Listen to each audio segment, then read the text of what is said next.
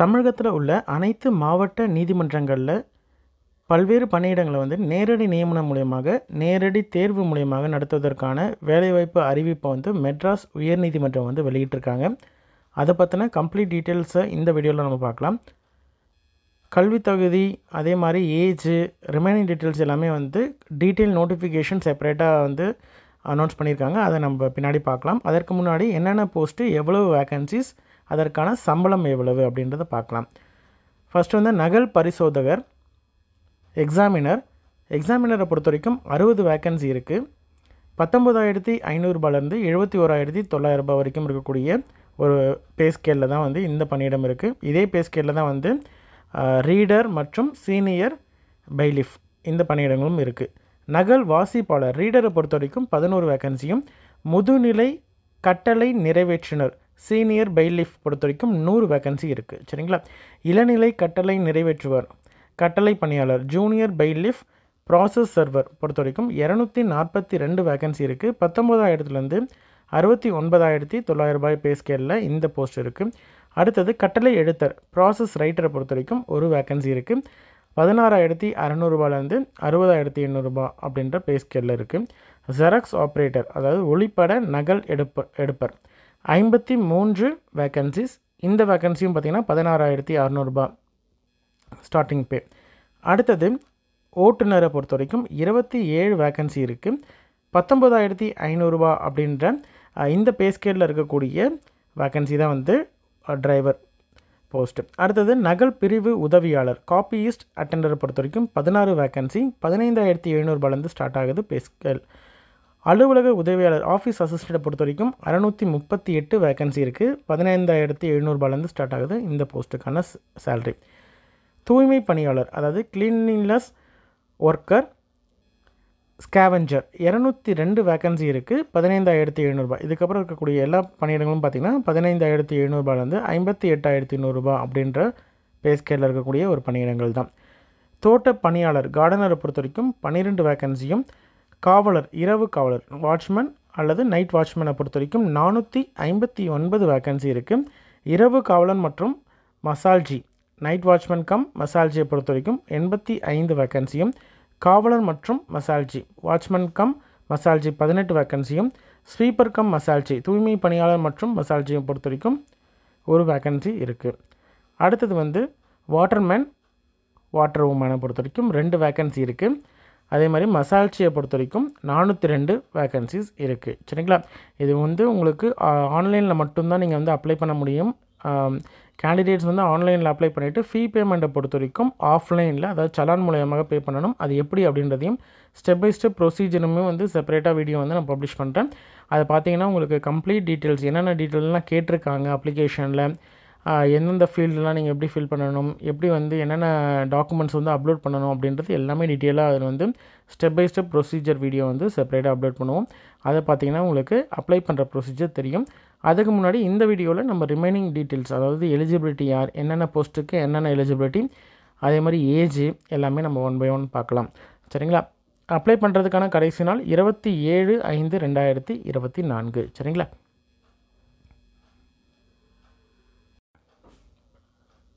High court மெட்ராஸுடைய judicial recruitment செல் இதில் வந்து common instruction கொடுத்துருக்காங்க. வேரியஸ் போஸ்ட்டுக்கான சபார்டினேட் ஜுடிஷியல் சர்வீசஸ் கீழே தமிழ்நாடு முழுவதும் இருக்கக்கூடிய நீதித்துறைகளில் இருக்கக்கூடிய வேலைவாய்ப்புக்கான காமன் இன்ஸ்ட்ரக்ஷன்ஸ் கொடுத்துருக்காங்க. சரிங்களா? அதை வந்து நம்ம 1 by 1 பார்க்கலாம். இங்கிலீஷ் ஆஸ் வெல் அஸ் தமிழில் 2 இதுலையுமே வந்து கொடுத்துருக்காங்க. எலிஜிபிலிட்டியை பொறுத்த வரைக்கும் கான்டாக்ட், கேரக்டர் அண்ட் ஆன்டிசிடென்ட்ஸ் பொறுத்த வரைக்கும் நல்ல முறையில் இருக்கக்கூடிய ஒரு நற்பண்பு இருக்கக்கூடிய நன்னடத்தை இருக்கக்கூடிய ஒரு கேண்டிடேட்ஸ் தான் அப்ளை பண்ணணும் அப்படின்றது சொல்லியிருக்காங்க. அதனால தான் வந்து அனெக்ஷர் ஏ அப்படின்றது வந்து கொடுத்துருக்காங்க. இது வந்து யார் வந்து ரெடி பண்ணணும் அப்படின்னு பார்த்தீங்கன்னா வைவாவர்ஸ்க், அதாவது நேர்முக தேர்வு இருக்கு இல்லையா, அந்த நேர்முக தேர்வு வாய்மொழி தேர்வுக்கு வந்து போகக்கூடிய கேண்டிடேட்ஸ் கண்டிப்பாக வந்து கேரக்டர் சர்டிஃபிகேட்டும் இருக்கணும், கான்டாக்ட் சர்டிஃபிகேட்டும் 2 ரெஸ்பாண்டன்ஸ் கிட்ட வாங்கிட்டு வரணும். அதாவது அனெக்ஷர் ஏ அப்படின்றது பின்னாடி நம்ம பார்க்கலாம். அந்த அனெக்ஷர் ஏல வந்து உங்களுக்கு தெரிந்தவர்கள், அதாவது உங்கள் ஏரியாவில் ஒர்க் பண்ணிகிட்ருக்கவங்க, இல்லைனா உங்கள் ஏரியாவில் வசிக்கக்கூடியவர்கள் யார்கிட்டயாவது வந்து உங்கள் லொக்காலிட்டியில் இருக்கக்கூடியவங்ககிட்ட வாங்கினா போதும். அது வந்து கெசட்டட் ஆஃபீஸராக இருக்கணும்னு அவசியம் கிடையாது. சரிங்களா? அதே மாதிரி கவர்மெண்ட் சர்வெண்ட்டோ இல்லை வந்து ஜுடிஷியல் ஆஃபீஸர், அதாவது கோர்ட்டில் ஒர்க் பண்ணுறவங்க, கோர்ட் ரிலேட்டட் ஒர்க்கில் இருக்கவங்க அப்படின்ற மாதிரி இருக்கணும்னு அவசியம் கிடையாது. யார்கிட்ட வேணால் வாங்கலாம். உங்களுக்கு தெரிந்தவர்கள், உங்களுடைய கேரக்டர் பற்றி தெரிந்தவர்கள்கிட்ட வாங்கணும். 2 பேர்கிட்ட வாங்கணும் அப்படின்னு சொல்லியிருக்காங்க. குறிப்பு நல்லா பார்த்துக்கோங்க. சான்றளிக்கும் நபர் அரசிதழ் பதிவு பெற்ற அலுவலர்களாகவோ அல்லது அரசு பணியாளராகவோ அல்லது நீதித்துறை அதிகாரியாகவோ இருத்தல் அவசியம் இல்லை. சரிங்களா? அதனால் கெசட்டட் ஆஃபீஸர் யூஸ்வலாக பார்த்தீங்கன்னா கெசட்டட் ஆஃபீஸர்கிட்ட வாங்க சொல்லுவாங்க. அதாவது லாஸ்ட்டாக படித்த இன்ஸ்டியூட்டில், இல்லைனா வந்து நீங்கள் பிரின்ஸிபல், லாஸ்ட்டாக படித்த இன்ஸ்டியூட்டோட பிரின்ஸிபல், அந்த மாதிரி இருக்கிறதுலையே, இல்லைன்னா வந்து ஹெச்எம், இந்த மாதிரி யார்கிட்டே வந்து கவர்மெண்ட் ஆஃபீஸர்கிட்ட வாங்க சொல்லுவாங்க. ஆனால் இந்த நோட்டிஃபிகேஷனை பொறுத்த வரைக்கும், இந்த ரெக்ரூட்மெண்ட்டை பொறுத்த வரைக்கும் அந்த மாதிரி கிடையாது. நீங்கள் உங்கள் ஏரியாவில் வசிக்கக்கூடியவர்கள் அல்லது உங்கள் ஏரியாவில் வெளியூர்லேருந்து கூட வந்து இங்கே உங்கள் ஏரியாவில் வேலை செய்கிறாங்க, ஆனால் உங்களை பற்றி நல்லா தெரியும் அப்படின்ற மாதிரி இருந்தால் அவங்கக்கிட்டையும் வாங்கலாம். சரிங்களா? ஓகே, இது வந்து முக்கியமானது. அடுத்தது, இந்த போஸ்ட் பொறுத்த வரைக்கும் தமிழ்நாட்டில் இருக்கக்கூடிய வேக்கன்சியாக இருந்தாலும் ஆல் ஓவர் இந்தியா யார் வேணாலும் அப்ளை பண்ணலாம். சரிங்களா? ஏன்னா இந்தியன் சிட்டிசன் யார் வேணால் அப்ளை பண்ணலாம்னு சொல்கிறாங்க. அதே மாதிரி இதில் முக்கியமானது என்ன அப்படின்னு பார்த்தீங்கன்னா, தமிழ்நாடு மற்றும் புதுச்சேரியை சேர்ந்த கேண்டிடேட்ஸ் மட்டும்தான் வந்து கேட்டகரி, அதாவது ரிசர்வேஷனுக்கு எலிஜிபிள். ஓகேங்களா? அதாவது ஓபிசி, எஸ்சி, எஸ்டி, எம்பிசி இந்த மாதிரியான ரிசர்வேஷன், அதுக்கு வந்து எலிஜிபிலிட்டி பொறுத்த வரைக்கும் தமிழ்நாடு மற்றும் புதுச்சேரி கேண்டிடேட்ஸ் மட்டும்தான். அங்கே இருக்க, அதாவது தமிழ்நாடு மற்றும் புதுச்சேரியை சேர்ந்த கேண்டிடேட்ஸ் வந்து இங்கே இருக்கக்கூடிய சர்டிஃபிகேட் ஃபார்மேட்டில் கரெக்டாக வாங்க வேண்டிய அதிகாரிகிட்ட வாங்கியிருந்தீங்கன்னா அந்த சர்டிஃபிகேட்ஸ் எலிஜிபிள். ஆல் ஓவர் இந்தியாவில் இருக்கக்கூடிய ரிமைனிங் கேண்டிடேட்ஸ் யாராவது அப்ளை பண்ணுறாங்க அப்படின்ற மாதிரி இருந்தால் அன்ரிசர்வ்டாக மட்டும்தான் அவங்க. ஈவன் வந்து எஸ்சி, எஸ்டி, ஓபிசி கேண்டிடேட்டாக இருந்தாலுமே அவங்க அன்ரிசர்வ் கேண்டிடேட்டாக தான், அன்ரிசர்வ் போஸ்ட்டுக்கு மட்டும்தான் அவங்க எலிஜிபிள் அப்படின்றதையும் டீட்டெயிலாக கொடுத்துருக்காங்க. அடுத்தது வந்து டிஸ்குவாலிஃபிகேஷனை பொறுத்த வரைக்கும் உங்கள் மேலே, உங்கள் கேரக்டர் மேலேயும் ஏதாவது வந்து ஒழுக்கம் இன்மை அப்படின்ற மாதிரியான இது வந்து தெரியப்படுது அப்படின்ற மாதிரி இருந்தால் அவங்க வந்து உங்களோட வந்து டிஸ்குவாலிஃபை பண்ணிடுவாங்க. அதே மாதிரி மோர் தென் ஒன் ஸ்பௌஸ், அதாவது ஒன்றுக்கும் மேற்பட்ட மனைவி அல்லது கணவர் இருக்காங்க அப்படின்ற மாதிரி இருந்தாலும் அவங்களையும் வந்து டிஸ்குவாலிஃபை பண்ணிடுவாங்க. அதே மாதிரி யூஸ்வலாக இருக்கக்கூடிய கவர்மெண்ட் ஜாப், ஏன்னா இது வந்து அரசு பணி அப்படின்றதுனால கவர்மெண்ட் ஜாபுக்கான என்னென்ன குவாலிஃபிகேஷன்ஸ், அதாவது ஜென்ரலாக இருக்கக்கூடிய கோட் ஆஃப் கான்டாக்ட்னு சொல்லுவாங்க, உங்களுடைய நடத்தையெல்லாம் எப்படி இருக்கணும், நீங்கள் வந்து ஒரு அரசு அதிகாரியாக இருக்கணும்னா அதற்கான எலிஜிபிலிட்டி என்னென்னமோ காமனாக இருக்கக்கூடிய ஜென்ரலாக இருக்கிறத நீங்கள் வந்து பூர்த்தி செஞ்சால் போதுமானது. சரிங்களா? இதெல்லாம் வந்து ஜென்ரலாக இருக்கக்கூடியது தான். அதே மாதிரி செலெக்ஷனை பொறுத்த வரைக்கும் எந்த விதமான இன்ஃப்ளூயன்ஸும் நீங்கள் வந்து யார் மூலியமாகவும் நீங்களோ அல்லது இந்த செலெக்ஷன் ப்ராசஸில் நீங்கள் இன்வால்வ் ஆகக்கூடாது. யார் மூலியமாகவும் வந்து நீங்கள் வந்து இன்ஃப்ளூயன்ஸோ இல்லை வந்து உங்களுக்கு சாதகமாக நடத்துகிற மாதிரி யாராவது சொல்லி அதில் நீங்கள் இன்வால்வ் ஆகிறதெல்லாம் வச்சக்கூடாது. எக்ஸாம் வந்து பியூர் அண்ட் பியூர் மெரிட் பேசிஸில் இருக்கும் அப்படின்னு சொல்லியிருக்காங்க. அதே மாதிரி ஆள் மாறாட்டம் நடத்துகிறதோ இல்லை உங்களுக்கு பதிலாக வேறு யாரையாவது எக்ஸாம் அட்டன் பண்ணுறது, இந்த மாதிரி ஃபோர்ஜ் டாக்குமெண்ட் கொடுக்குறது, இந்த மாதிரிலாம் பண்ணால் அவங்கள வந்து டிஸ்குவாலிஃபை பண்ணிடுவோம் அப்படின்னு சொல்லியிருக்காங்க. இதெல்லாம் காமனாக இருக்கக்கூடிய இன்ஸ்ட்ரக்ஷன்ஸ் தான். அடுத்தது ரிசர்வேஷனை பொறுத்த வரைக்கும் ஸ்டேட் ஆஃப் தமிழ்நாடுக்கு என்ன ரிசர்வேஷன் ரூலோ அந்த ரிசர்வேஷன் இந்த ரெக்ரூட்மெண்ட்டுக்கும் பொருந்தும். சரிங்களா? அதாவது எஸ்சிஏ, எஸ்டி, எம்பிசியில், அதே மாதிரி denotified communities, backward classes, backward Muslims. இப்போது இது வந்து தமிழக அரசுக்கு கீழே வரக்கூடிய ரிசர்வேஷன் ரூல்ஸ் எல்லாமே பொருந்தும் அப்படின்னு சொன்னதுனால நீங்கள் தமிழக அரசோடைய ஃபார்மெட்டில் இருந்தால் போதுமானது. அதே மாதிரி எல்லா விதமான ரிசர்வேஷன், அதாவது ஜென்ரலாக சென்ட்ரல் கவர்மெண்ட்டுக்கெலாம் பார்த்திங்கன்னா எஸ்சி, எஸ்டி, ஓபிசி மட்டும்தான் வரும். தமிழ்நாடு அரசு அப்படின்றதுனால இதில் வந்து SC, ST, SCA, MBC, DC, BC, BCM எல்லா ரிசர்வேஷனும் ஆஸ் பர் தமிழ்நாடு அரசு ரூல்ஸ் அண்ட் ரெகுலேஷன்ஸ் படி உண்டு. சரிங்களா? முன்னாடி நம்ம சொன்ன மாதிரி அன்ரிசர்வ்டுக்கான கண்டிஷன்ஸ் கொடுத்துருக்காங்க. இப்போ கேண்டிடேட் வந்து ப்ராப்பரான சர்டிஃபிகேட்ஸ் வந்து உங்கள்கிட்ட இல்லை அப்படின்ற மாதிரி இருந்தால், இல்லை நீங்கள் வந்து கேட்டகரி சர்டிஃபிகேட்டுக்கு எலிஜிபிலிட்டி இல்லை அப்படின்ற மாதிரி இருந்தால் நீங்கள் வந்து அன்ரிசர்வ்டுக்கு கம்ப்ளீட் பண்ணலாம். சரிங்களா? ஆனால் ஏஜ் வந்து கரெக்டாக அன்ரிசர்வ்டுக்கான ஏஜ் லிமிட் வந்து உங்களுக்கு இருக்கணும். சரிங்களா? அதே மாதிரி டிஸ்ட்ரிக்ட் விடோ அப்படின்ற மாதிரி இருந்தாங்கன்னா அதற்கான சர்டிஃபிகேட் ஃபார்மேட்டும் கொடுத்துருக்காங்க. அனெக்ஷர் டியில் அந்த ஃபார்மேட்டில் இருக்கக்கூடிய சர்டிஃபிகேட் வந்து ரெவன்யூ டிவிஷனல் ஆஃபீஸர் அல்லது அசிஸ்டன்ட் கலெக்டர் இல்லைனா சப் கலெக்டர்கிட்ட வாங்கியிருக்கணும் அப்படின்னு சொல்லியிருக்காங்க. அவங்களுடைய அவங்க வீட்டில் இருக்கக்கூடிய மாத வருமானம் பார்த்திங்கன்னா 4000க்கு குறைவாக இருக்கணும் அப்படின்னு சொல்லிட்டு டிஸ்ட்ரிக்ட் விடோஸ்க்கு கண்டிஷன் கொடுத்துருக்காங்க. அடுத்தது பிடபிள்யூடி கேண்டிடேட்ஸ்க்கும் ஆஸ் பர் டிசபிலிட்டி ஆக்ட் 2016 படி வந்து ரிசர்வேஷன் 40% குறைபாட்டுக்கு இளமைக்கு அளவு வந்து 40% குறைவு இல்லாமல் இருக்கக்கூடிய மாற்றுத்திறனாளிகளுக்கு வந்து எலிஜிபிள் அப்படின்றதையும் கொடுத்துருக்காங்க. PSTM person studied in Tamil medium அவங்களுக்கும் வந்து எலிமெண்ட்ரியிலேருந்து அவங்களுடைய ப்ரிஸ்கிரைப் எஜுகேஷன் இப்போ நீங்கள் வந்து 8ஆம் வகுப்பு கல்வித்தரத்தில் இருக்கக்கூடிய ஒரு பணிக்கு நீங்கள் அப்ளை பண்ணுறீங்க அப்படின்ற மாதிரி தான் எலிமெண்ட்ரியிலேருந்து 8ஆம் வகுப்பு வரைக்கும் தமிழில் படிச்சிருந்தீங்க அப்படின்ற மாதிரி தான் அந்த இதுக்கு வந்து நீங்கள் பிஎஸ்டிஎம்க்கு எலிஜிபிள். இல்லை நீங்கள் 10th குவாலிஃபிகேஷனில் இருக்கக்கூடிய ஒரு பணிக்கு நீங்கள் அப்ளை பண்ணுறீங்க அப்படின்ற மாதிரி இருந்தால் அந்த போஸ்டிங்கை பொறுத்த வரைக்கும் எலிமெண்ட்ரியிலேருந்து 10ஆம் வகுப்பு வரைக்கும் நீங்கள் வந்து தமிழில் படிச்சிருந்தா நீங்கள் பிஎஸ்டிஎம்க்கு எலிஜிபிள். அப்படி தான் நீங்கள் வந்து என்ன ப்ரிஸ்கிரைப்டு குவாலிஃபிகேஷனும் அது வரைக்கும் நீங்கள் தமிழில் படித்திருந்தீங்கன்னா பிஎஸ்டிஎம்க்கு எலிஜிபிள். சரிங்களா? அதற்கான அனக்ஷனும் கொடுத்துருக்காங்க. ஆஸ் பர் டிஎன்பிஎஸ் அதாவது தமிழ்நாடு பேசிக் சர்வீசஸ் ரூல்ஸ் படி உங்களுக்கு வந்து எஜுகேஷன் குவாலிஃபிகேஷனில் எழுத படிக்க தெரிஞ்சிருக்கணும் தமிழை. சரிங்களா? ஈவன் தோ வந்து நீங்கள் பிஎஸ்டிஎம்மில் வந்து வரல அப்படின்றதுனால இருந்தாலும் தமிழை எழுத படிக்க தெரிந்திருக்கணும். அடுத்தது எக்ஸர்வீஸ்மென் அதற்கான ரிசர்வேஷன் எக்ஸர்வீஸ்மென் கேண்டிடேட்ஸுக்கும் ரிசர்வேஷன் உண்டு. இதெல்லாம் வந்து ப்ரையாரிட்டி கேட்டகரிஸில் வரக்கூடிய போஸ்டிங்ஸ்க்கு இவங்களாம் வந்து எலிஜிபிள். அதற்கான என்னென்ன டாக்குமெண்ட்ஸ்லாம் தேவை அப்படின்றதையும் டீட்டெயிலாக கொடுத்துருக்காங்க. அதே மாதிரி சர்வீஸ் சர்டிஃபிகேட்டாக இருக்கட்டும், அங்கே ஒர்க் பண்ண டிஸ்சார்ஜ் சர்டிஃபிகேட், இந்த மாதிரியான விஷயங்கள் எல்லாமே வந்து தேவை அப்படின்னு சொல்லியிருக்காங்க. அடுத்தது வந்து டெரிட்டோரியல் ஆர்மியில் ஒர்க் பண்ணியிருந்தாலும் அவங்களும் எலிஜிபிள். அதே மாதிரி ஆர்மி போஸ்டல் சர்வீஸில் ஒர்க் பண்ணியிருந்தாலும் அவங்களும் எலிஜிபிள். சரிங்களா? இந்த எலிஜிபிலிட்டியை பொறுத்த வரைக்கும் இது எல்லாமே வந்து ஆர்ம்டு ஃபோர்ஸஸில் இல்லைனா வந்து இந்த ஸ்பெஷல் ப்ரையாரிட்டி பேசிஸில் இருக்கக்கூடிய கேண்டிடேட்ஸ்க்கான எலிஜிபிலிட்டி, ஜென்ரலாக இருக்கக்கூடிய எலிஜிபிலிட்டிஸ் தான் இதெல்லாம். சரிங்களா? ஓகே, இதில் வந்து அந்த போனஃபைட் சர்டிஃபிகேட்ஸ் வந்து ஆர்மி அல்லது நேவி இல்லைனா ஏர்ஃபோர்ஸில் ஒர்க் பண்ணியிருந்தாங்க அப்படின்ற மாதிரி இருந்தால் அதில் வந்து டிஸ்சார்ஜ் சர்டிஃபிகேட்டில் இதெல்லாம் டீட்டெயிலாக கொடுத்துருக்கணும் அப்படின்னு சொல்லிட்டு வந்து என்னெல்லாம் மென்ஷன் பண்ணியிருக்கணும்னு சொல்லியிருக்காங்க. இதெல்லாம் ஜென்ரலாக இருக்கிறது. ஆர்ம்டு ஃபோர்ஸஸில் இருக்கக்கூடிய அங்கே ஒர்க் பண்ண பர்சன்ஸ்க்கான இதுவும் வந்து உண்டு. அனெக்ஷர் ஜியில் வந்து அதற்கான ஃபார்மட் கொடுத்துருக்காங்க, அங்கே ஒர்க் பண்ணாங்க அப்படின்றதுக்கான போனஃபைட் சர்டிஃபிகேட். சரிங்களா? SC ST BC MBC denotified community classes BCM இவங்களாம் வந்து எந்த அடிப்படையில் வந்து யாருக்கு அந்த கம்பெட்டன்ட் அத்தாரிட்டி எந்த அத்தாரிட்டி சைன் பண்ணியிருந்தால் அவங்க சர்டிஃபிகேட் எலிஜிபிள் அப்படின்றத கொடுத்துருக்காங்க லிஸ்ட்டு.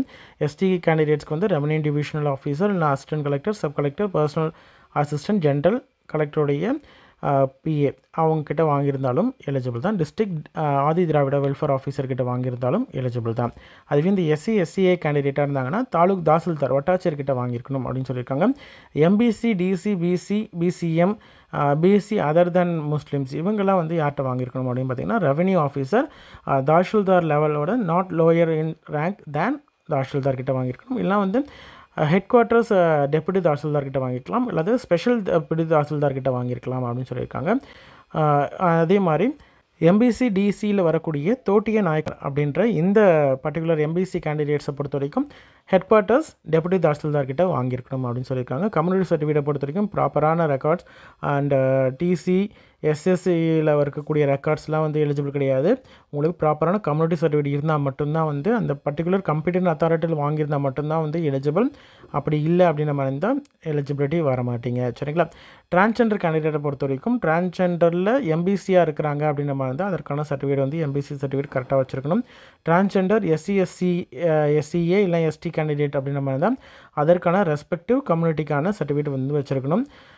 இது வந்து ஃபுல் அண்ட் ஃபுல் டிரான்ஸ்ஜெண்டருக்கான ஐடி வந்து ஐடி கார்டு வச்சுருந்தா மட்டும்தான் வந்து ஃபீமேல் அப்படின்னு சொல்லிட்டு நீங்கள் ஃபீமேல் டிரான்ஸ்ஜெண்டர் அப்படின்ற மாதிரி இருந்தால் செல்ஃப் டிக்ளரேஷன் கொடுக்கணும். அந்த ஐடியை வந்து தமிழ்நாடு டிரான்ஸ்ஜெண்டர் வெல்ஃபேர் போர்டு கொடுத்த ஐடியிலையும் மென்ஷனாக இருக்கணும். அப்படி மென்ஷனாக இருந்தால் மட்டும்தான் ஃபீமேல் கேண்டிடேட்டாக இருந்தாங்கன்னா 30% ரிசர்வேஷன் உமன் ரிசர்வேஷனும் எலிஜிபிள். அதே மாதிரி ஆஸ் வெல் 70% ஜென்ரல் கேட்டகரிக்கும் எலிஜிபிளாக வருவாங்க.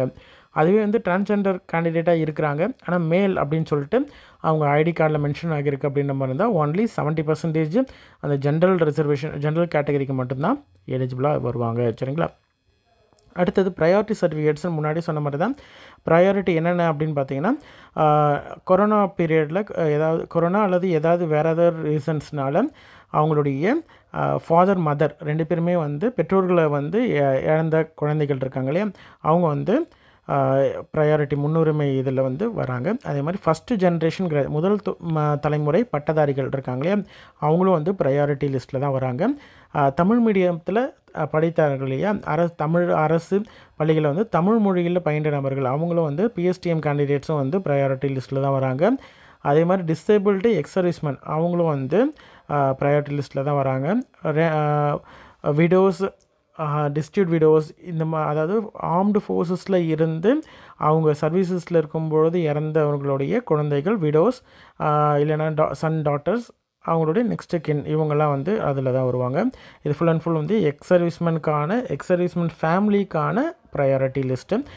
டிஸ்ட்ரிபியூட் விடோஸ் ஜென்ரலாக இருக்கக்கூடிய ஆதரவற்ற விதவைகள் அவங்களும் வந்து ப்ரையாரிட்டியில் வராங்க. இன்டர்காஸ்ட் மேரேஜ் பண்ணவங்க, அதாவது இன்டர்காஸ்ட் மேரேஜ் பண்ணவங்க 2 பேரும் மேரேஜ் பண்ணியிருக்காங்க இல்லையா, அதில் ஒருத்தவங்க ஆணோ அல்லது பெண்ணோ வந்து ஷெட்யூல் காஸ்ட் அல்லது ஷெட்யூல் ட்ரைபை சேர்ந்தவர்களாக இருந்தாங்கன்னா இன்டர்காஸ்ட் மேரேஜ் சர்டிஃபிகேட் வச்சுருக்கணும். அந்த மாதிரி வச்சுருந்தாங்கன்னா அவங்களும் வந்து ப்ரையாரிட்டி லிஸ்ட்டில் தான் வருவாங்க. எக்ஸர்வீஸ்மென் இல்லைனா ex India peace keeping force பர்சன்லாம் இருக்காங்க, அவங்களுடைய ஒய்ஃப்ஸ் இல்லைனா அன்மேரிட் டாட்டராக இருக்காங்க அப்படின்ற மாதிரி தான் அவங்களும் எலிஜிபிள். அதே மாதிரி ஃப்ரீடம் ஃபைட்டர்ஸாக இருக்காங்க, அதாவது சுதந்திர போராட்ட தியாகிகளாக இருக்காங்க, இல்லைன்னா தமிழ் மொழி காவலர்கள்னு சொல்லக்கூடிய தமிழ் சவன்ஸ் அவங்களுடைய நேரடி வாரிசுதாரர்கள் இருக்காங்க இல்லையா, அவங்களும் எலிஜிபிள் அப்படின்னு சொல்லியிருக்காங்க. Burma, Sri Lanka, east African country, Kenya, Uganda, Tanzania இந்த மாதிரி இடத்துக்கு வந்து இந்தியன் நேஷனலாக இருந்தால் அங்கேருந்து ரிட்டர்ன் ஆனாங்க இல்லையா, அவங்களும் வந்து எலிஜிபிள். சரிங்களா, ஓகே. பொதுத்துறை நிறுவனங்கள் இப்போ செயிலு, கெயிலு, அதே மாதிரி என்எல்சி இந்த மாதிரியான பொதுத்துறை நிறுவனங்களுக்காக எஸ்சி/எஸ்டி அதாவது எஸ்சி/எஸ்டி குடும்பத்தை சேர்ந்தவர்கள் அவங்க வந்து நிலத்தையோ இடத்தையோ வந்து அந்த பொதுத்துறை நிறுவனத்துக்காக கொடுத்துருக்காங்க. ஓகேங்களா, இப்போ கவர்மெண்ட்டுக்கு அந்த பொதுத்துறை நிறுவனத்துக்காக கொடுத்துருக்காங்க, அதனால் பாதிக்கப்பட்டிருக்கிறாங்க, அவங்களுக்கு இடம் இல்லாமல் போயிருக்கு இல்லையா, அதனால் அந்த மாதிரி போயிருந்தாலும் அவங்களுடைய குழந்தைகளுக்கும் வந்து ப்ரையாரிட்டி எம்ப்ளாய்மெண்ட்டுக்கு முன்னுரிமை உண்டு. அந்த மாதிரி இருக்கக்கூடிய கேண்டிடேட்ஸும் வந்து இதில் ப்ரையாரிட்டி கேட்டகரியில் அப்ளை பண்ணலாம். டிஃப்ரெண்ட்லி ஏபிள்டு பர்சன்ஸ் அவங்களும் எலிஜிபிள். மாநில அரசு பணியிலிருந்து விடுவிக்கப்பட்டவர்கள், டிஸ்சார்ஜ்டு கவர்மெண்ட் சர்வெண்ட் ஸ்டேட் கவர்மெண்ட்டில் அவங்களும் எலிஜிபிள். சரிங்களா, அதாவது பாண்டட் லேபர் சிஸ்டத்தில் கொத்தடிமைகளாக வந்து இருந்து மீட்கப்பட்டவர்களுடைய மகன் அல்லது திருமணமாகாத மகள் அவங்களும் வந்து எலிஜிபிள் தான். சரிங்களா, தமிழ்நாடு அரசின் கீழ் வரக்கூடிய விழிப்பு பணி நிறுவனம் மற்றும் சீர்திருத்த பள்ளிகளிலிருந்து இல்லவாசிகளாக மற்றும் முன்னாள் இல்லவாசிகள் அவங்களும் வந்து எலிஜிபிள். சரிங்களா, ஹிந்தி பண்டிட்ஸ் அதாவது இருமொழி திட்டம் இருக்கு இல்லையா, இருமொழி திட்டம் செயலாக்கத்தினால பணியிழந்தவர்கள், அதாவது ஹிந்தி மற்றும் இதர மொழி ஆசிரியர்கள் இந்த கொள்கையை அமல்படுத்தும் பொழுது அதனால் வேலை இழந்தவர்கள் அவங்க வந்து இதற்கு எலிஜிபிள். சரிங்களா, டெரிட்டோரியல் ஆர்மி அதில் ஒர்க் பண்ணவர்கள், அதே மாதிரி எக்ஸர்வீஸ்மென் ஆக்சிலரி ஏர்ஃபோர்ஸ் இதற்கு கீழே ஒர்க் பண்ணவர்கள், இவங்க எல்லாமே சென்சஸ் ஆர்கனைசேஷன் கீழே வந்து வரக்கூடியவர்கள், இவங்க எல்லாமே வந்து எலிஜிபிள். சரிங்களா, ப்ரையாரிட்டி கீழே வரவங்க. அடுத்தது தமிழ் குவாலிஃபிகேஷனை பொறுத்த வரைக்கும் தமிழ் வந்து நீங்கள் அதாவது செகண்ட் லாங்குவேஜாக படிச்சிருக்கணும். அப்படி இல்லை அப்படின்ற மாதிரி இருந்தால் அப்பாயின்மெண்ட் ஆர்டர் வாங்கினதுலேருந்து 2 வருடத்துக்குள்ளே டிஎன்பிஎஸ்சி நடத்தக்கூடிய எக்ஸாம் வந்து நீங்கள் பாஸ் பண்ணணும். சரிங்களா, ஓகே. எப்படி அப்ளை பண்ணுறது அப்படின்னு பார்த்தீங்கன்னா ஆன்லைனில் தான் நீங்கள் அப்ளை பண்ண முடியும். mhc.tn.gov.in அப்படின்ற இந்த வெப்சைட்டில் தான் நீங்கள் அப்ளை பண்ணணும். அப்ளை பண்ணுறத step by step procedure separate video நான் வந்து அப்லோட் பண்ணுவேன். அதை நீங்கள் பார்த்தீங்கனாலே உங்களுக்கு ஃபுல் ஐடியாவும் கிடைக்கும். என்னென்னலாம் கேட்டிருக்காங்க, எப்படி ஃபில் பண்ணணும் அப்படின்றத 1 by 1 அப்ளிகேஷன் டெமோ வந்து உங்களுக்கு செப்பரேட் வீடியோ போடுறேன், அதை பாருங்கள். இப்போ நம்ம ஜென்ரலாக வந்து என்னென்ன தேவை, என்னென்ன வந்து கேட்டிருக்காங்க அப்படின்றது ஓவர் வியூ மாதிரி பார்த்துக்கலாம். சரிங்களா, என்னென்ன ரெடியாக வச்சுருக்கணும் அப்படின்னு பார்த்தீங்கன்னா இமெயில் ஐடி கண்டிப்பாக இருக்கணும், மொபைல் நம்பர் இருக்கணும், அதே மாதிரி 10th ஸ்டாண்டர்ட் அதாவது 10ஆம் வகுப்பில் உங்களுடைய சர்டிஃபிகேட்டில் உங்களோட பேர் எப்படி இருக்கோ அதே மாதிரி தான் நீங்கள் வந்து இந்த அப்ளிகேஷன் ஆன்லைன்லேயும் நீங்கள் வந்து டைப் பண்ணணும். சரிங்களா, email, mobile number, Aadhaar card number, ஒரு பாஸ்வேர்டு ஒன்று க்ரியேட் பண்ணணும், அதே பாஸ்வேர்டை திரும்பியும் நீங்கள் வந்து டைப் பண்ணணும், கேப்சா டைப் பண்ணணும். இதெல்லாம் நீங்கள் டைப் பண்ணிங்கன்னா உங்களுக்கு வந்து ஓடிபி வரும். அந்த ஓடிபி சக்ஸஸ்ஃபுல்லாக கொடுத்துட்டிங்கன்னா உங்களுக்கு வந்து மொபைல் நம்பருக்கும் இமெயில் ஐடிக்கும் உங்களுக்கு வந்து ரெஜிஸ்ட்ரேஷன் டீட்டெயில்ஸ் வந்து ஐடி டீட்டெயில்ஸ் வந்து வரும். அந்த டீட்டெயில்ஸை வந்து ஃபுல் ப்ராசஸ், இந்த ரெக்ரூட்மெண்ட் ப்ராசஸ் ஃபுல்லுமே வந்து அந்த ஐடியை பேஸ் பண்ணி தான் உங்களுக்கு வந்து வரும். சரிங்களா? அந்த ஐடி தான் உங்களுக்கு உங்களுடைய லாகின். சரிங்களா? அதுக்கப்புறம் திரும்பியும் வந்து லாகின் பண்ணணும். ஐடி அந்த ஓடிபி போட்டுட்டு பாஸ்வேர்டு, நீங்கள் க்ரியேட் பண்ண பாஸ்வேர்டை போட்டுட்டு லாகின் பண்ணிங்கன்னா அடுத்த ஸ்டெப்புக்கு போகும். அடுத்த ஸ்டெப்பை பொறுத்த வரைக்கும் உங்களுடைய பாஸ்போர்ட் சைஸ் ஃபோட்டோ, அதே மாதிரி சிக்னேச்சர் சைன் வந்து தமிழ் அல்லது இங்கிலீஷ் எதில் வேணால் நீங்கள் சைன் பண்ணியிருக்கலாம். ஏதாவது ஒன்று சைன் பண்ணி அதை அப்லோட் பண்ணிட்டும், அதை அப்லோட் பண்ணதுக்கப்புறம் உங்களுடைய கல்வி தகுதி டீட்டெயில்ஸ் எல்லாமே வந்து ஒன் பை ஒன் அப்லோட் பண்ணணும். இதை அப்லோட் பண்ண உடனே உங்களுக்கு தேவையான டாக்குமெண்ட்ஸ் என்னென்ன டாக்குமெண்ட்ஸ் அப்படின்றது எல்லாமே வந்து ஒன் பை ஒன் வந்து அவங்க அதிலே கொடுத்துருப்பாங்க. அது எல்லா டீட்டெயில்ஸும் வந்து ஒன் பை ஒன் நீங்கள் வந்து அப்லோட் பண்ணணும். அப்லோட் பண்ணி முடித்ததுக்கப்புறமேட்டு நீங்கள் வந்து அடுத்த ஸ்டெப்பு டிக்ளரேஷன் இருக்கும். அந்த டிக்ளரேஷன் முடித்ததுக்கப்புறம் 4 ஸ்டெப்லேயும் நீங்கள் என்னென்ன ஃபில் பண்ணீங்களோ அது எல்லாத்தையும் ஒரு தடவை ப்ரிவ்யூ பார்க்குற மாதிரி இருக்கும்.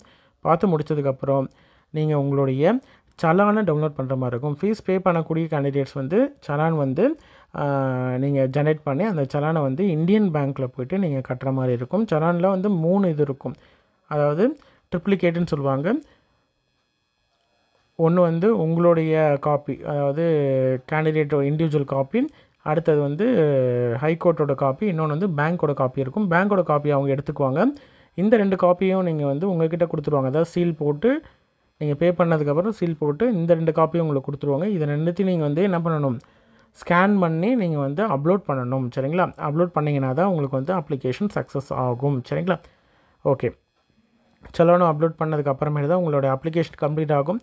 சலான் நீங்கள் அப்லோட் பண்ணலை, ஃபீஸ் மட்டும் நீங்கள் பே பண்ணிட்டீங்க அப்படின்ற மாதிரி இருந்தால் உங்களுடைய அப்ளிகேஷன் கம்ப்ளீட் ஆகாது. ஓகேங்களா? ரைட்.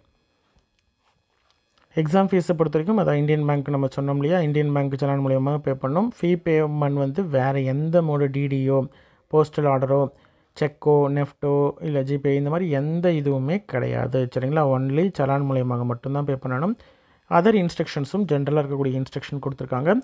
நான் எக்ஸம்டட் கேண்டிடேட்ஸ் அதே மாதிரி ஃபீஸ் இல்லாத கேண்டிடேட்ஸ் வந்து ஃபீஸ் பே பண்ண தேவையில்லை. எஸ்சிஎஸ்டி கேண்டிடேட், பிடபிள்யூ கேண்டிடேட்லாம் பார்த்திங்கன்னா ஃபீ பே பண்ண தேவையில்லை.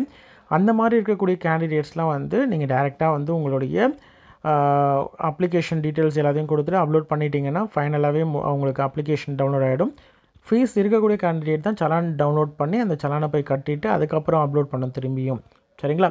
அப்போ தான் அவங்களுடைய அப்ளிகேஷன் கம்ப்ளீட் ஆகும். ஓகே, இப்போது நான் வெவ்வேறு டிஸ்ட்ரிக்டில் இருக்கிறேன், எனக்கு ஒரே இதில் நிறைய போஸ்ட் இருக்குது, எங்கள் டிஸ்ட்ரிக்ட்லேயே 4-5 போஸ்ட் இருக்குது, 4-5 இதுக்கும் நான் அப்ளை பண்ணலாமா அப்படின்னு கேட்டிங்கன்னா கண்டிப்பாக அப்ளை பண்ணலாம். இல்லை வேறு டிஸ்ட்ரிக்ட் அப்ளை பண்ணலாமா அப்படின்னு கேட்டிங்கன்னா கண்டிப்பாக அப்ளை பண்ணலாம். ஏன் அப்படின்னு பார்த்தீங்கன்னா ஆல் ஓவர் இந்தியாவில் எங்கே வேணால் அப்ளை பண்ணலாம். சரிங்களா? அப்படி இருக்கும்பொழுது உங்களுடைய டிஸ்ட்ரிக்ட்லேருந்து தான் நீங்கள் அப்ளை பண்ணணும், எந்த அவசியமும் கிடையாது. ஓகேங்களா? இதில் ஏதாவது டவுட் இருக்குது அப்படின்ற மாதிரி தான் நீங்கள் கமெண்ட் பண்ணுங்கள், கண்டிப்பாக ரிப்ளை பண்ணுறோம். அதே மாதிரி ஒரே கேண்டிடேட் ஒரே போஸ்ட்டு, அதாவது உங்கள் டிஸ்ட்ரிக்டில் எக்ஸாமினர் போஸ்ட் இருக்குது அப்படின்னா அந்த எக்ஸாமினர் போஸ்ட்டுக்கே 2-3 அப்ளிகேஷன் போடக்கூடாது தவிர, ஆனால் வேறு டிஸ்ட்ரிக்டில் இருக்கக்கூடிய எக்ஸாமினரோ இல்லை வேறு போஸ்ட்டுக்கோ நீங்கள் வந்து அப்ளை பண்ணலாம். 2-3 அப்ளிகேஷன், நிறைய அப்ளிகேஷன் போடலாம். ஃபீஸ் இருக்கக்கூடிய கேண்டிடேட் ஃபீ வந்து செப்பரேட்டாக பே பண்ணணும் ஒவ்வொரு போஸ்ட்டுக்கும். ஃபீஸ் இல்லை அப்படின்ற மாதிரி இருந்தால் ஃபீஸ் பே பண்ண தேவையில்லை. சரிங்களா? எந்த டிஸ்ட்ரிக்ட் வேணால் அப்ளை பண்ணலாம், எத்தனை போஸ்ட்டுக்கு வேணால் அப்ளை பண்ணலாம். ஆனால் ஒரே டிஸ்ட்ரிக்டில் ஒரே போஸ்ட்டுக்கு 2-3 அப்ளிகேஷன் போடக்கூடாது. அப்படியே போட்டாலுமே அவங்களுடைய லேட்டஸ்ட்டாக கடைசியாக போட்ட அப்ளிகேஷன் தான் வந்து அக்செப்ட் பண்ணுவாங்க. அதாவது அவருடைய கடைசி விண்ணப்பம் மட்டுமே ஏற்றுக்கொள்ளப்படும் அப்படின்னு சொல்லிட்டு டீட்டெயிலாக கொடுத்துருக்காங்க. டீட்டெயில்ஸ் வந்து நீங்கள் full and full education qualification என்னென்ன போஸ்ட்டுக்கு என்னென்ன அப்படின்றத நம்ம பின்னாடி பார்க்கலாம். அதே மாதிரி ஏஜ் என்னென்ன அப்படின்றதையும் நம்ம 1 by 1 பார்க்கலாம். இதெல்லாம் ஜென்ரலாக இருக்கக்கூடிய எக்ஸாமுக்கானது. அதாவது எக்ஸாமை பொறுத்த வரைக்கும் உங்களுக்கு வந்து ஓஎம்ஆரில் தான் நடக்கும். சரிங்களா? அதாவது இந்த ஷீட்டில் ஷேட் பண்ணுறது இருக்கு இல்லையா, ஓஎம்ஆர் ஷீட்டில் ஷேட் பண்ணுற மாதிரி தான் இருக்கும். ரிட்டன் எக்ஸாம்லாம் வந்து நீங்கள் எக்ஸாம் ரிட்டனில் எஸ்ஏ மாதிரி எழுதுறதுலாம் இல்லை, எல்லாமே வந்து அப்ஜெக்டிவ் டைப் தான். ஓகேங்களா? அது வந்து நீங்கள் ஷேட் பண்ணிங்கன்னா அதில் ஷேட் பண்ணுறது மட்டும்தான், டிக்கோ இல்லை இன்ட்டு மார்க்கோ அந்த மாதிரிலாம் போடக்கூடாது. சரிங்களா? அதே மாதிரி ஆல்ரெடி ஒர்க் பண்ணிட்டு இருக்கக்கூடிய கேண்டிடேட்ஸ் வந்து நோ அப்ஜெக்ஷன் சர்டிஃபிகேட் கண்டிப்பாக ப்ரொடியூஸ் பண்ணணும் அப்படின்னு சொல்லியிருக்காங்க. இது எல்லாமே வந்து ப்ராப்பராக வந்து நீங்கள் ரிட்டன் எக்ஸாம் முடித்ததுக்கப்புறம் ஸ்கில் டெஸ்ட் இருக்கக்கூடிய போஸ்ட்டுக்கெலாம் பார்த்திங்கன்னா டைப்பிங் ஸ்கில் டெஸ்ட் இருக்கக்கூடிய போஸ்ட்லாம் பார்த்திங்கன்னா ஸ்கில் டெஸ்ட் இருக்கும். டைப்பிங் இல்லை, ரிமைனிங் இருக்கிறதுலாம் ஒர்க் பண்ணுறது உங்களோட ஒர்க் நேச்சர் எப்படி அப்படின்றத இது பண்ணுறதுக்கு வைவாவர்ஸ்லாம் இருக்கும். அதாவது இன்டர்வியூ மாதிரி. அந்த இன்டர்வியூ இதெல்லாம் கிளியர் பண்ணிங்கன்னா உங்களுக்கு டைரெக்டாக வந்து அப்பாயின்மெண்ட் தான். சரிங்களா? இதுதான் வந்து ஜென்ரலாக இருக்கக்கூடிய இன்ஸ்ட்ரக்ஷன். அதே மாதிரி ஸ்க்ரைபு பிடபிள்யூடி கேண்டிடேட் என்னால் வந்து அட்டன் பண்ண முடியாது, என்னால் வந்து எக்ஸாம் எழுத முடியாது, ஷேட் பண்ண முடியாது அப்படின்ற மாதிரி இருந்தால் நீங்கள் வந்து ஸ்க்ரைபு வச்சு நீங்கள் வந்து எழுதலாம் உங்களுடைய ஓன் இதில். அவங்களுக்கு 20 நிமிடங்கள் வந்து எக்ஸ்ட்ரா டைம் வந்து கொடுக்கப்படும் அப்படின்னு சொல்லியிருக்காங்க. ஃபிசிக்கலி சேலஞ்சர் பர்சன் வந்து willing to right common exam தான். ஆக்சுவலாக எல்லா போஸ்ட்டுக்கும் காமனான ரிட்டன் எக்ஸாம் தான் இருக்கும். எக்ஸாமுக்கு உங்களுக்கு கொஷின் பேட்டர்ன் எப்படிலாம் ப்ரீவியஸ் இயர் கொஷின்ஸ்லாம் டிஸ்கஸ் பண்ணணும் அப்படின்னு நினச்சிங்கன்னா அதெல்லாம் வந்து கமெண்ட் பண்ணுங்கள். கண்டிப்பாக ப்ரீவியஸ் இயர் கொஷின் பேப்பர்ஸை வந்து மேக்ஸிமம் செப்பரேட் வீடியோஸும் நான் போடுறேன். சரிங்களா? ரைட். இதில் இருக்கக்கூடியது வந்து ஜென்ரல் இங்கிலீஷில், அதாவது எக்ஸாமினர், ரீடர், சீனியர் பேலிஃப் இந்த போஸ்ட் எல்லாத்துக்கும் பார்த்திங்கன்னா இங்கிலீஷில் எழுதலாம். ஆன்லைன் அப்ளிகேஷனில் போடும்போது ஜென்ரல் இங்கிலீஷ் அப்படின்னு சொல்லிட்டு கொடுத்துட்டிங்கன்னா ஜென்ரல் இங்கிலீஷில் எழுதலாம். அப்படி இல்லை ஜென்ரல் இங்கிலீஷ் அல்லது ஜென்ரல் தமிழ் அப்படின்னு சொல்லிட்டிங்கன்னா அது கேண்டிடேட்டோடைய சாய்ஸ் தான். அது வந்து அவங்களுடைய ஓன் இதில் தான் இருக்கும். ஆனால் வந்து எக்ஸாம் டைமில் நீங்கள் வந்து சேஞ்ச் பண்ண முடியாது. சரிங்களா? ஆன்லைன் அப்ளிகேஷன்லேயே நீங்கள் வந்து கொடுக்கணும். ரிமைனிங் இருக்கிறதுல எக்ஸாம் பாயிண்ட் ஆஃப் வியூவில் இருக்கக்கூடிய இன்ஸ்ட்ரக்ஷன்ஸ். ஃபுல் அண்ட் ஃபுல் ஓஎம்ஆரில் வந்து எப்படி நீங்கள் டிக் பண்ணணும், பபுள் தான் பண்ணணும், டிக் பண்ணக்கூடாது, இன்ட்டு பண்ணக்கூடாது அப்படின்றதெல்லாம் டீட்டெயிலாக கொடுத்துருக்காங்க. கொஷின் புக்லெட் டீட்டெயில்ஸ்லாம் வந்து இது பண்ணியிருப்பாங்க. அந்த டீட்டெயில்ஸ் எல்லாமே கொடுக்கணும். ஏதாவது டவுட் அப்படின்ற மாதிரி தான் இமெயில் ஐடி கொடுத்துருக்காங்க. அந்த இமெயில் ஐடியில் நீங்கள் வந்து டவுட்டை கிளாரிஃபை பண்ணிக்கலாம். அப்ஜெக்ட் பண்ணுற மாதிரி இருந்தாலும் அப்ஜெக்ஷன் பண்ணுறதுக்கும் டைம் பீரியட் கொடுப்பாங்க. அந்த அப்ஜெக்ஷன் டைம் பீரியடில் நீங்கள் உங்களுக்கு ஏதாவது கொஷின்ஸ் வந்து டவுட் அப்படின்ற மாதிரி இருந்தால் அப்ஜெக்ட் பண்ணலாம். சரிங்களா? இதுக்கு மேலே ஃபர்தராக ஏதாவது டவுட்ஸ் இருக்குது அப்படின்ற மாதிரி இருந்தால் டெலிஃபோன் நம்பர் கொடுத்துருக்காங்க, இமெயில் ஐடியும் கொடுத்துருக்காங்க. நீங்கள் வந்து ஒர்க்கிங் டேஸில் நீங்கள் கால் பண்ணி கேட்டுக்கலாம். எந்த ரெக்ரூட்மெண்ட் ப்ராசஸ்லையோ இல்லை அப்ளிகேஷன் அப்ளை பண்ணும்பொழுது ஏதாவது ப்ராப்ளம் ஃபேஸ் பண்ணுறீங்க அப்படின்ற மாதிரி இருந்தால் இந்த காண்டாக்ட் நம்பருக்கு நீங்கள் காண்டாக்ட் பண்ணலாம் அல்லது மெயில் பண்ணலாம். சரிங்களா? இதுதான் வந்து கேரக்டர் சர்டிஃபிகேட். இந்த கேரக்டர் சர்டிஃபிகேட்டில் உங்களுக்கு தெரிந்தவர்கள் யார் சர்டிஃபை பண்ணுறாங்களோ அவங்க யார்கிட்ட வேணால் வாங்கலாம். அனக்ஷர் ஏ. சரிங்களா? இதையே வந்து தமிழ்லேயும் கொடுத்துருக்காங்க, இணைப்பு ஏ. அடுத்தது அனக்ஷர் பியை பொறுத்த வரைக்கும் நோ அப்ஜெக்ஷன் சர்டிஃபிகேட். ஆல்ரெடி நீங்கள் ஒர்க் பண்ணிகிட்ருக்கீங்க அப்படின்ற மாதிரி இருந்தால் இந்த அனக்ஷர் வந்து நீங்கள் ஒர்க் பண்ணிகிட்டு இருக்கக்கூடிய ஆஃபீஸர்கிட்ட வாங்கியிருக்கணும். சரிங்களா? இது வந்து எக்ஸ்பீரியன்ஸ் சர்டிஃபிகேட். அதாவது நீங்கள் எங்கேயாவது ப்ரீவியஸ் எக்ஸ்பீரியன்ஸ் இருக்குது அப்படின்ற மாதிரி இருந்தால் அவங்க வந்து ப்ரொடியூஸ் பண்ணலாம், அப்படி இல்லைனா விட்டுடலாம். District widow certificate. இது வந்து ப்ராப்பரான கம்பெனி அத்தாரிட்டிகிட்ட வந்து நீங்கள் வந்து சைன் வாங்கணும். ரெவன்யூ டிவிஷனல் ஆஃபீஸர் இல்லைனா அசிஸ்டன்ட் கலெக்டர் இல்லைனா சப் கலெக்டர்கிட்ட வாங்கணும். அதனுடைய தமிழ் வெர்ஷனும் கொடுத்துருக்காங்க. அடுத்தது பிஎஸ்டிஎம் சர்டிஃபிகேட். இது வந்து ஹெட் ஆஃப் த இன்ஸ்டியூட் கிட்ட வாங்கணும். லாஸ்ட்டாக அதாவது நீங்கள் வந்து ப்ரைமரி எலிமெண்ட்ரியிலேருந்து எந்த ஸ்டாண்டர்ட் வரைக்கும் நீங்கள் படிச்சிருக்கீங்களோ, இப்போ 10th வரைக்கும்னா 10th வெவ்வேறு ஸ்கூலில் நீங்கள் படிச்சிருக்கீங்க அப்படின்ற மாதிரி தான் அந்தந்த எந்த ஸ்டாண்டர்டோ அந்தந்த ஸ்டாண்டர்டுக்கான சர்டிஃபிகேட் வந்து தனித்தனியாக கூட வாங்கி வச்சுருக்கணும். சரிங்களா? இதோடைய தமிழ் வெர்ஷன் கொடுத்துருக்காங்க. அதே மாதிரி பாண்டட் லேபர்ஸாக இருந்து அதுலேருந்து விடுவித்தவர்கள் அப்படின்ற மாதிரி இருந்தால் அதற்கான சர்டிஃபிகேட் ஃபார்மேட். அதே மாதிரி ஆர்ம்டு ஃபோர்ஸில் ஒர்க் பண்ணவங்க அப்படின்ற மாதிரி இருந்தால் அதற்கான சர்டிஃபிகேட். ஐ ஃபிட்னஸ்க்கான சர்டிஃபிகேட். அடுத்தது ஃபிசிக்கல் லிமிட்டேஷன் ஏதாவது இருக்குது ரைட் பண்ணுறதுக்கு, என்னால் முடியாது, ஸ்க்ரைபு தேவை அப்படின்ற மாதிரி இருந்தால் ஸ்க்ரைபு வச்சு தான் நான் எழுதணும் அப்படின்ற மாதிரி இருந்தால் அதற்கான சர்டிஃபிகேட்.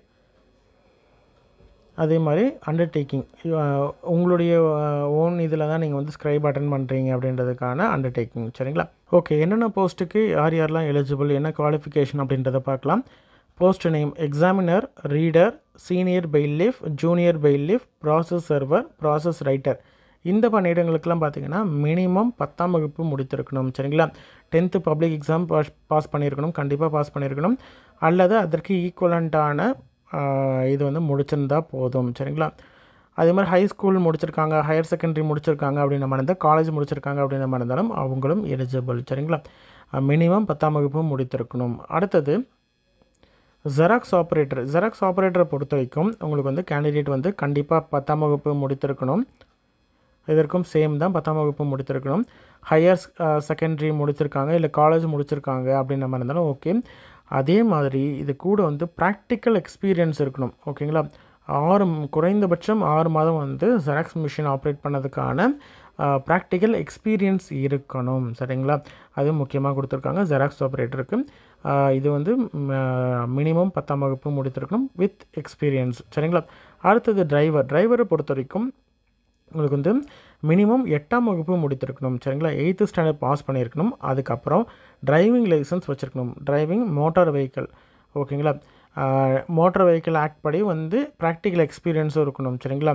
மினிமம் குறைந்தபட்சம் 5 வருடத்துக்குள்ளே இருக்கக்கூடிய எக்ஸ்பீரியன்ஸ் கண்டிப்பாக மினிமம் வந்து 5 வருடமாவது கண்டிப்பாக வச்சுருக்கணும். அதற்கு மேற்பட்ட வருடங்கள் வச்சுருக்கீங்கன்னா ஓகே.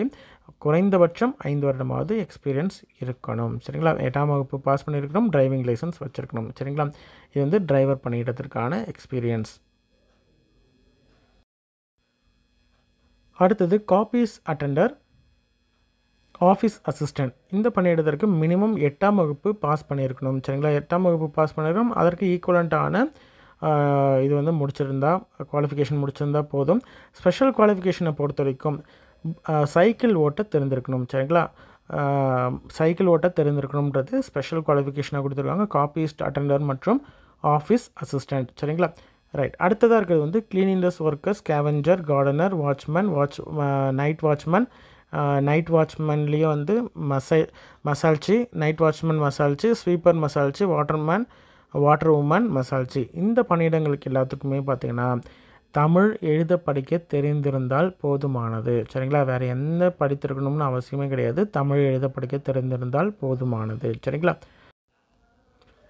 ஓகே. ஏஜ் லிமிட்டை பொறுத்த வரைக்கும் ஷெட்யூல்டு கேஸ்ட், அருந்ததியினர், scheduled tribes, distribute widows of all caste. ஓகேங்களா?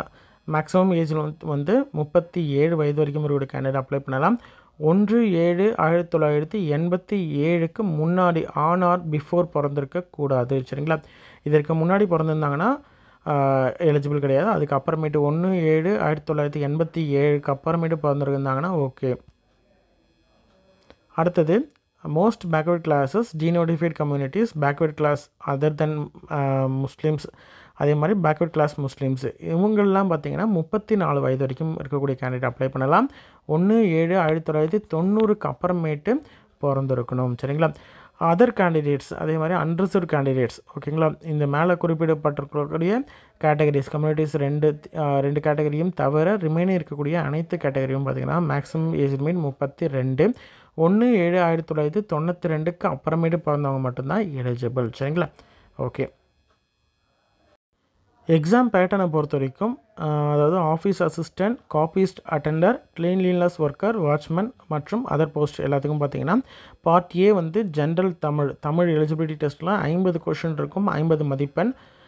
அதே மாதிரி பார்ட் பியை பொறுத்த வரைக்கும் ஜென்ரல் நாலேஜ் 50 கொஷின்ஸ், 50 மதிப்பெண். டோட்டலாக 100 கொஷின் 100 மதிப்பெண்ணுக்கு எக்ஸாம் நடக்கும். 2 மணி நேரம் உங்களுக்கு வந்து எக்ஸாம் நடக்கும். சரிங்களா? இதுவே ரிமைனிங் இருக்கக்கூடிய examiner senior bailiff, junior bailiff, xerox operator இந்த பணியிடங்களுக்கெல்லாம் பார்த்திங்கன்னா பார்ட் ஏல வந்து ஜென்ரல் தமிழ் எலிஜிபிலிட்டியில் வந்து 50 கொஷின் 50 மதிப்பெண். பார்ட் பியில் வந்து general studies, mental ability, aptitude இது எல்லாம் கலந்து 120 மதிப்பெண்ணுக்கு 120 கொஷின்ஸ் இருக்க மாதிரியான பேட்டர்ன். டோட்டலாக 170 கொஷின்ஸ், 170 மதிப்பெண், 3 மணி நேரம், அதாவது 180 நிமிடங்கள் வந்து எக்ஸாம் நடக்கும். சரிங்களா? ரைட்டு. இது எக்ஸாம் முடிஞ்சதுக்கப்புறம் வந்து ஸ்கில் டெஸ்ட் இருக்கிற மாதிரி இருந்தால் ஸ்கில் டெஸ்ட்டு, வைவாவர்ஸ் இருக்கக்கூடிய போஸ்ட்டுக்கு வைவாவர்ஸ் நடக்கும். சரிங்களா? சர்டிஃபிகேட் வெரிஃபிகேஷன் இது எல்லாம் நடக்கும். அதுக்கப்புறம் உங்களுக்கு போஸ்டிங் தான். சரிங்களா? என்னென்ன போஸ்டிங்க்கு என்னென்ன பே லெவல் அப்படின்றத நம்ம ஃபஸ்ட்டே பார்த்தோம். அதை தான் வந்து இதுலேயும் இருக்குது. இதில் லெவல் 8 இருக்கக்கூடிய போஸ்ட் என்னென்னு பார்த்தீங்கன்னா examiner, reader, senior bailiff, driver. சரிங்களா? லெவல் 8 இருக்கக்கூடிய போஸ்ட்டு. இதில் 8, 7 மற்றும் 3 அண்டு 1 இந்த 4 கேட்டகரியில் இருக்கக்கூடிய பே லெவலில் தான் வந்து அனைத்து விதமான போஸ்டிங்ஸும் வருது. சரிங்களா? இந்த நோட்டிஃபிகேஷனை பொறுத்த வரைக்கும் விருதுநகர் மாவட்டத்தில் இருக்கக்கூடிய வேகன்சிஸ் என்னென்ன அப்படின்றத போட்டிருக்காங்க. இதே மாதிரி ஒவ்வொரு டிஸ்ட்ரிக்ட்லேயும் எவ்வளோ வேகன்சி இருக்குது அப்படின்றத செப்பரேட் வீடியோ ஒன்று கண்டிப்பாக நான் வந்து பப்ளிஷ் பண்ணுறேன். அதை பார்த்தீங்கனாலே எந்தெந்த டிஸ்ட்ரிக்டில் எவ்வளோ வேகன்சி, என்னென்ன போஸ்ட்லாம் வேகன்சி இருக்குது அப்படின்றத தெரிஞ்சுக்கலாம். இந்த விருதுநகர் போஸ்ட்டை பொறுத்த வரைக்கும் ஜென்ரலாக இருக்கக்கூடிய நோட்டிஃபிகேஷன் 28/4 வந்தது. ஆன்லைன் அப்ளிகேஷனுக்கான கடைசி நாள் 27/5/2024. ஃபீ பே பண்ணுறதுக்கு பேங்க்கில் போய் இந்தியன் பேங்க்கில் பே பண்ணுறதுக்கான கடைசி நாள் 29/5/2024. இந்த விருதுநகரில் பொறுத்த வரைக்கும் ஆஃபீஸ் அசிஸ்டன்ட் போஸ்ட்டுக்கான நோட்டீஸ் தான் இது வந்து டவுன்லோட் பண்ணது. இதில் வந்து டீட்டெயிலாக எல்லாமே வந்து கொடுத்துருக்காங்க. நம்ம முன்னாடியே பேசுனது எல்லாமே இதில் இருக்குது. எல்லா டீட்டெயில்ஸும் இதில் வந்து கொடுத்துருக்காங்க. எக்ஸ்ட்ராவாக இருக்கிறது வந்து இந்த மாதிரி செப்பரேட்டாக கொடுத்துருப்பாங்க. அதாவது விருதுநகரில் 41 வேக்கன்சி இருக்குது. ஆஃபீஸ் அசிஸ்டன்ட் போஸ்ட்டை பொறுத்த வரைக்கும் 41 வேக்கன்சி, லெவல் 1ல் இருக்கக்கூடிய ஒரு போஸ்ட்டு. அதே மாதிரி டிஸ்ட்ரிபியூஷன் பொறுத்த வரைக்கும் வேக்கன்சி டிஸ்ட்ரிபியூஷன் அனெக்ஷரில் செப்பரேட்டாக கொடுத்துருக்காங்க அப்படின்றதுக்காங்க. ஏஜ் பொறுத்த வரைக்கும் 18 வயது மினிமம் வந்து 18 வயது அட்டெண்ட் இருக்கணும். 1/7/2024 அன்னைக்கு எல்லா நோட்டிஃபிகேஷனுக்கும் சேம் ஆல்மோஸ்ட் எல்லாத்துக்கும் பார்த்திங்கன்னா இதுதான் கண்டிஷன். நம்ம ஏஜ் குரூப் பார்த்தோம் இல்லையா, என்னென்ன கேட்டகரிக்கு எவ்வளோ அப்படின்ட்டு. அதாவது எஸ்சிஏ எஸ்டி கேண்டிடேட்டுக்கு 37 maximum age limit, MBC BC DC candidate other than Muslim BCM எல்லா கேண்டிடேட்ஸுக்கும் பார்த்திங்கன்னா 34. ரிமைனிங் இருக்கக்கூடிய அன்ரிசர்வ் கேண்டிடேட்லாம் பார்த்திங்கன்னா 32 வயது வந்து மேக்ஸிமம் ஏஜ் லிமிட். சரிங்களா? ரிமைனிங் இருக்கக்கூடியதெல்லாம் காமனாக இருக்கிறது. எஜுகேஷன் குவாலிஃபிகேஷன் முன்னாடியே பார்த்த மாதிரி தான். ஆஃபீஸ் அசிஸ்டண்ட்டை பொறுத்த வரைக்கும் 8ஆம் வகுப்பு முடித்திருக்கணும். ஸ்பெஷல் குவாலிஃபிகேஷன் பொறுத்த வரைக்கும் பைசைக்கிள், அதாவது சைக்கிள் ஓட்ட தெரிந்திருக்கணும்னு சொல்லியிருக்காங்க. ப்ரிஃபரன்ஸ் யார் கொடுப்பாங்க? இப்போ 2 கேண்டிடேட் வந்து எழுதியிருக்காங்க, ஒரே மார்க் எடுத்திருக்காங்க அப்படின்ற மாதிரி இருந்தால் யாருக்கு ப்ரிஃபரன்ஸ் கொடுப்பாங்கன்னா, டிரைவிங் லைசன்ஸ் யார் வச்சுருக்கிறாங்களோ அவங்களுக்கு வந்து ப்ரிஃபரன்ஸ் கொடுப்பாங்க. சரிங்களா? அடுத்தது எக்ஸாம் ஃபீஸை பொறுத்த வரைக்கும் BC OBC BCM MBC DC other கேண்டிடேட்ஸ்லாம் பார்த்திங்கன்னா ஒரு போஸ்ட்டுக்கு 500 ரூபா பே பண்ணணும். எஸ்சி எஸ்சிஏ எஸ்டி கேண்டிடேட்ஸ் எல்லாம் பார்த்திங்கன்னா எந்த விதமான ஃபீயும் பே பண்ண தேவையில்ல. டிஃப்ரெண்ட்லி ஏபிள்டு கேண்டிடேட்ஸ் இவங்கெல்லாம் பெஞ்ச் மார்க்கிங் டிஃப்ரெண்ட் டிசபிலிட்டி இருக்கக்கூடிய கேண்டிடேட், டிஸ்ட்ரிக்ட் வீடோஸ் இவங்கெல்லாம் வந்து எந்த விதமான ஃபீஸும் பே பண்ண தேவையில்லை. அன்ரிசர்வ் கேண்டிடேட்ஸும் பார்த்திங்கன்னா மேலே இருக்கக்கூடிய 500 ஃபார் ஈச் போஸ்ட் அப்படின்ற அந்த கேட்டகரியில் தான் வருவாங்க. சரிங்களா? ஓகே, எக்ஸாம் ஸ்கீமை பொறுத்த வரைக்கும் காமன் ரிட்டன் எக்ஸாம் வந்து 100 மதிப்பெண்ணுக்கு நடக்கும். அதே மாதிரி ஸ்கில் டெஸ்ட் வந்து 70 மதிப்பெண்ணும், வைவாவஸ் வந்து 30 மதிப்பெண்ணுக்கும் நடக்கும். இதில் முன்னாடியே சொன்ன மாதிரி தான் ஜென்ரல் இங்கிலீஷ் அல்லது ஜென்ரல் தமிழ் அப்படின்றது வந்து ஃபிசிக்கலி சேலஞ்சர் கேண்டிடேட்ஸ்க்கு கேட்பாங்க. அவங்க வந்து ஜென்ரல் இங்கிலீஷ்லேயே அட்டன் பண்ணுறோம் அப்படின்ற மாதிரி தான் அட்டன் பண்ணலாம். இல்லை தமிழ் அப்படின்ற மாதிரி தான் அவங்களுடைய ஓன் இது தான். ரிமைனிங் இருக்கக்கூடிய கேண்டிடேட் எல்லோரும் பார்த்திங்கன்னா ஜென்ரல் தமிழ் கண்டிப்பாக எழுதணும். Tamil eligibility test, Tamil eligibility டெஸ்ட்டுக்கு நிறையா வீடியோஸ் வந்து ஆல்ரெடி நம்ம சேனலே இருக்குது. யூனிட் வைஸும் இருக்குது, ஸ்டாண்டர்ட் வைஸும் இருக்குது. எக்ஸாம் பேட்டர்ன் அதே மாதிரி எப்படி வந்து கொஷின்ஸ்லாம் இருக்கும், என்னென்ன மாதிரியான டைப்ஸில் கொஷின் இருக்கும் அப்படின்ற மாடல் கொஷின்ஸுமே வந்து இருக்குது. அதை பார்த்திங்கன்னா உங்களுக்கு ஒரு ஐடியா கிடைக்கும். 50 கொஷின்ஸ் 50 மதிப்பெண், மினிமம் 20 மதிப்பெண் எடுக்கணும். பார்ட் பியை பொறுத்த வரைக்கும் ஜென்ரல் நாலேஜ், அதில் வந்து 50 கொஷின் 50 மதிப்பெண், மினிமம் வந்து 20 மதிப்பெண் எடுக்கணும். அடுத்தது சிலபஸ் என்னென்ன அப்படின்றத கொடுத்துருக்காங்க. ஜென்ரல் தமிழ் பொறுத்த வரைக்கும் 8ஆம் வகுப்பு வரைக்கும் இருக்கக்கூடிய ஸ்கூல் புக்கு படிச்சிங்கனாலே போதும். பார்ட் பியை பொறுத்த வரைக்கும் current affairs, basic arithmetic ability, knowledge in housekeeping, hygiene, food and service, food production, gardening skill, water conservation, basic principle of gardening, housing இந்த மாதிரியான இதில் வந்து கேட்பாங்க. சரிங்களா? ஸ்கில் டெஸ்ட்டை பொறுத்த வரைக்கும் 70 மதிப்பெண் அப்படின்னு சொன்னோம் இல்லையா, ஒரு போஸ்ட்டுக்கு 5 பேர். அதாவது இப்போ ஒரு 100 போஸ்ட் அப்படின்ற மாதிரி இருந்தால் 500 பேர் வந்து கூப்பிடுவாங்க ஸ்கில் டெஸ்ட்டு. அதுலேருந்து தான் 100 பேர் எடுப்பாங்க. அதில் வந்து அவங்களுடைய காமன் ரிட்டன் எக்ஸாமில் யாரெல்லாம் அட்டன் பண்ணி கிளியர் பண்ணாங்களோ, ஆஃபீஸ் மெயின்டைன் எப்படி பண்ணுறது, ஹவுஸ் கீப்பிங் எப்படி பண்ணுறது, புக்ஸ் இதெல்லாம் வந்து உங்களுடைய ஃபைலிங் இதெல்லாம் வந்து எப்படி கீப் பண்ணுறது, cooking, cleaning, food beverage service, gardening skill, water conservation இந்த மாதிரியான ஆஃபீஸ் ரிலேட்டட் ஒர்க்ஸ் எல்லாமே வந்து உங்களுடைய நாலேஜ் என்ன அப்படின்றத ஸ்கில்ல வந்து டெஸ்ட் பண்ணுவாங்க. வைவாவஸை பொறுத்த வரைக்கும் ஒரு போஸ்ட்டுக்கு 3 பேர், அதாவது ஒரு 10 போஸ்ட் இருக்குது அப்படின்ற மாதிரி தான் 30 பேர் வந்து கூப்பிட்டு அதுலேருந்து வைவா அட்டன் பண்ணி அதுலேருந்து வந்து செலெக்ஷன் பண்ணுவாங்க. வைவா எங்கே நடக்கும் அப்படின்னு பார்த்திங்கன்னா ஹைகோர்ட் மெட்ராஸ் டிசைட் பண்ணக்கூடிய இடத்துல வந்து கண்டக்ட் பண்ணுவாங்க. அதுக்கப்புறமேட்டு தான் வந்து உங்களுக்கு ஃபைனல் போஸ்டிங் இருக்கும். சரிங்களா?